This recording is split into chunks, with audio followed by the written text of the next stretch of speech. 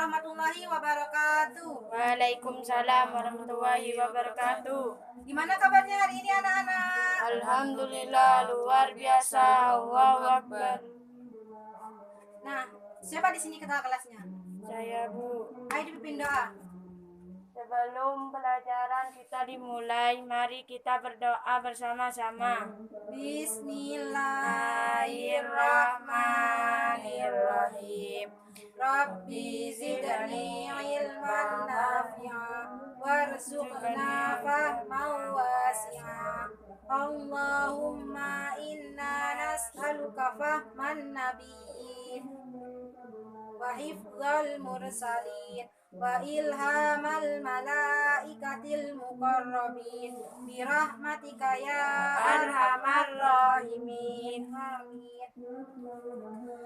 Sebelum kita mulai pelajaran hari ini, tolong bangkunya diluruskan. Jika di bawah ada sampah, tolong dibersihkan ya. Baik, Bu. Nah, jika sudah selesai, mari kita masuk ke materi hari ini, yaitu kita akan membahas tentang Al-Quran dan hadis sebagai pedoman hidup umat manusia. Nah, kewajiban yang harus dilaksanakan tentu dalam menjalankan kewajibannya, kendala dan masalah pasti akan didapati. Nah, kemampuan manusia itu terbatas. Nah, pasti akan terjadi inti permasalahan apakah mereka akan mampu melewati kehidupannya dengan baik atau tidak. Maka dalam hal ini setiap manusia akan membutuhkan pegangan hidup. Nah, yang akan menuntunnya pada jalan yang lurus. Nah, Al-Quran dan hadis di sini akan menjadikan perjalanan hidup manusia terarah. Nah, tentunya dengan mengikuti ajaran yang terkandung di dalamnya. Nah, pengertian Al-Quran di sini adalah Al-Quran menurut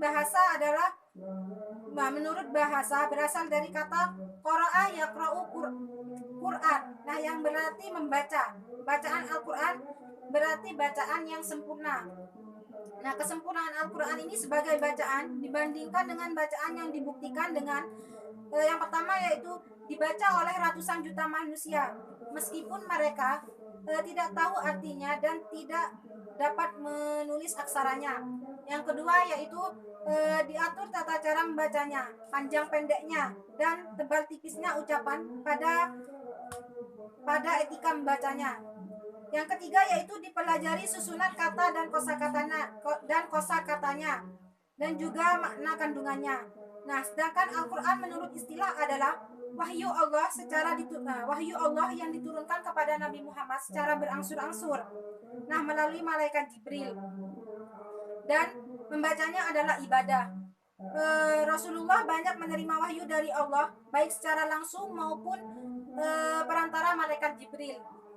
Dari kutipan yang di atas kita dapat mengetahui bahwa Al-Quran adalah kitab suci yang isinya mengandung firman Allah, turunnya secara bertahap melalui malaikat Jibril. Pembawaannya Nabi Muhammad SAW, susunannya dimulai dari surat Al-Fatihah dan diakhiri dengan surat An-Nas. Yang kemudian membacanya di sini termasuk dari nilai ibadah. Fungsinya yaitu untuk menjadi hujjah atau bukti yang kuat atas kerasulan Nabi Muhammad SAW. Nah, keberadaannya hingga kini masih tetap terpelihara dengan baik. Dan pemasyarakatannya dilakukan secara berantai dari satu generasi ke generasi yang lain dengan tulisan maupun lisan. Nah, hadis biasa juga dimaknai dengan sunnah selain Al-Quran. Nah, pedoman utama bagi umat Islam adalah sunnah Nabi.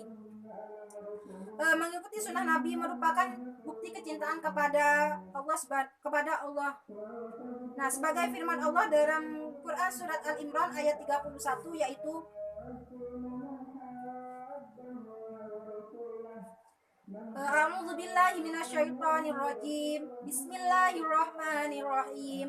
Qul in kuntum tuhibbunallaha fattabi'uni yuhibbukumullah wa yaghfir lakum dzunubakum wallahu ghafurur rahim. Yang artinya, katakanlah jika kamu benar-benar mencintai Allah, ikutilah aku. Niscaya Allah mengasihi dan mengampuni dosa-dosamu. Allah Maha Pengampun lagi Maha Penyayang. Quran Surat Al-Imran ayat 31.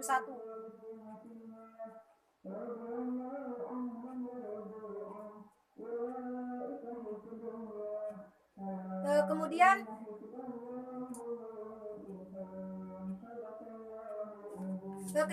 keistimewaan Al-Quran. Nah, sebagai pedoman hidup umat Islam, Al-Quran memiliki beberapa keistimewaan dan kelebihan dibandingkan kitab-kitab suci yang lainnya. Nah, diantaranya yang pertama yaitu Al-Quran memuat ringkasan dari ajaran-ajaran ketuhanan yang pernah dimuat kitab-kitab suci sebelumnya, seperti kitab Taurat, Zabur, Injil, dan lainnya. Nah, Al-Quran memuat kalam-kalam Allah yang dijadikan pedoman hidup manusia sepanjang masa, hingga Al-Quran memang dikehendaki Allah untuk kekal. Nah, Al-Quran di sini adalah sebagai sumber ilmu pengetahuan, sehingga seluruh fenomena yang terjadi di alam semesta merupakan ciptaan Allah, juga tidak akan pernah kontradiktif dengan apa yang Dia ciptakan. Nah, kemudian Al-Quran ini diturunkan oleh Allah Subhanahu wa Ta'ala dengan suatu gaya bahasa yang istimewa, mudah, tidak sukar bagi siapapun untuk memahaminya, dan tidak sukar pula untuk mengamalkannya. Nah, asal disertai dengan keikhlasan hati dan kemauan yang kuat. Nah, di sini pengertian hadis. Hadis ini adalah warisan dari Rasulullah Shallallahu Alaihi Wasallam. Nah, hadis ini memiliki kedudukan yang penting setelah Al-Quran. Nah, ilmu ini telah menjadi perhatian ulama sejak awal perkembangan Islam hingga saat ini. Nah, namun dalam perjalanannya hadis Rasulullah Shallallahu Alaihi Wasallam pernah melarang para sahabat untuk mencatat hadis-hadis karena khawatir akan bercampur dengan ayat-ayat Al-Quran. Nah, kemudian istilah lain yang diidentik dengan hadis adalah as-sunnah. Namun beberapa ulama membedakan pengertian keduanya. Kelompok muhadisin ahli hadis mengemukakan pengertian as-sunnah adalah segala sesuatu yang dinukil dari Nabi Muhammad Shallallahu Alaihi Wasallam, baik berupa perkataan, perbuatan, takrir, sifat-sifat lahir dan batinnya ataupun perjalanan hidupnya. Nah, sejak sebelum diangkat menjadi rasul hingga sesudah diangkat menjadi rasul. Nah, pengertian sunnah inilah yang diidentik dengan hadis.